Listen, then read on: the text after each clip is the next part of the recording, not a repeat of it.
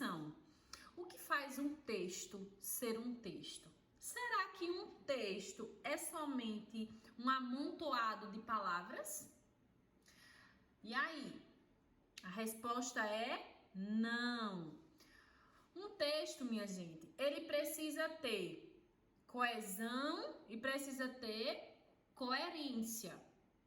Podemos encontrar texto com coesão e sem coerência? Sim. E ao contrário, também.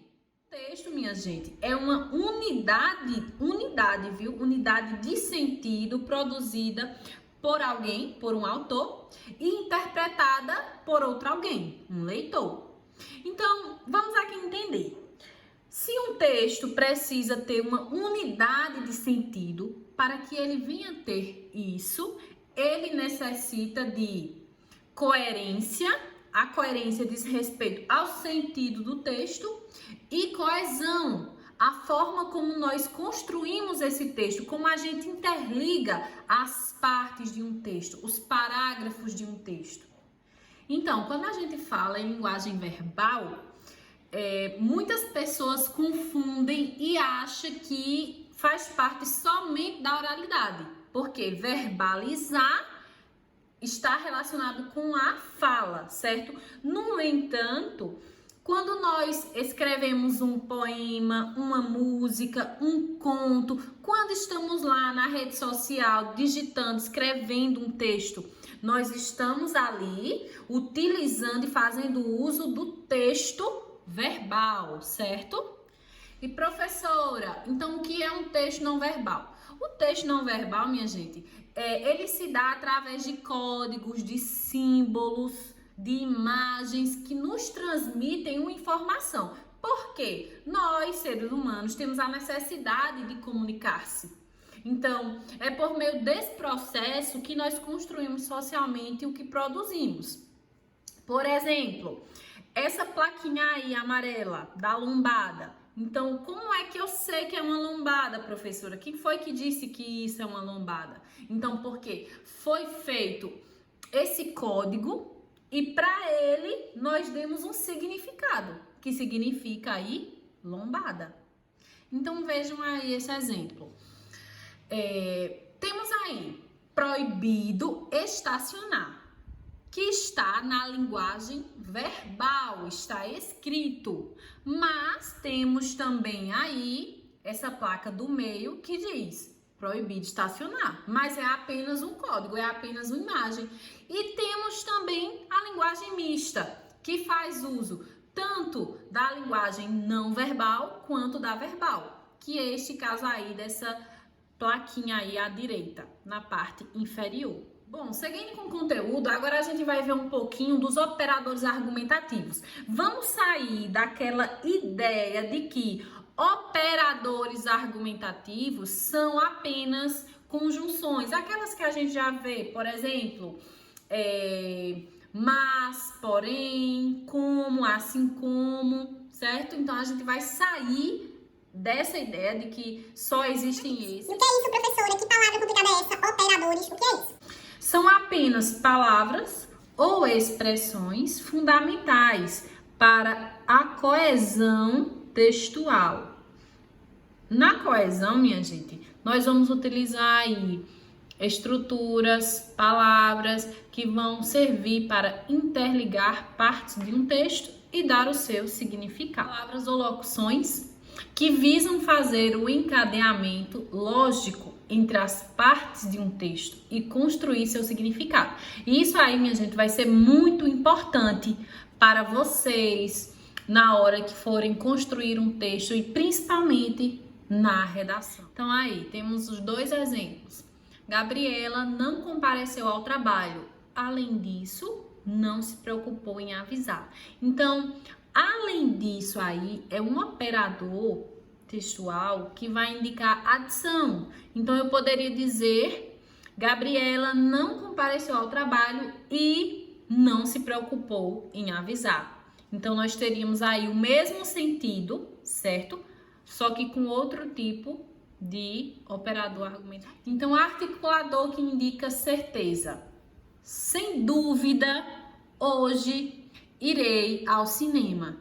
Então, quando eu digo sem dúvida, eu estou tendo aí uma certeza. É evidente que hoje irei ao cinema. Certamente hoje irei ao cinema. É sabido que hoje irei ao cinema. Então, estão percebendo que todos esses articuladores, eles vão ter o mesmo sentido, que é o sentido de certeza. Assim como necessidade. Convém, é necessário, urge, certo? Necessariamente, é preciso. Então, por exemplo, é necessário que eu leia todo o conteúdo. Convém que eu leia todo o conteúdo.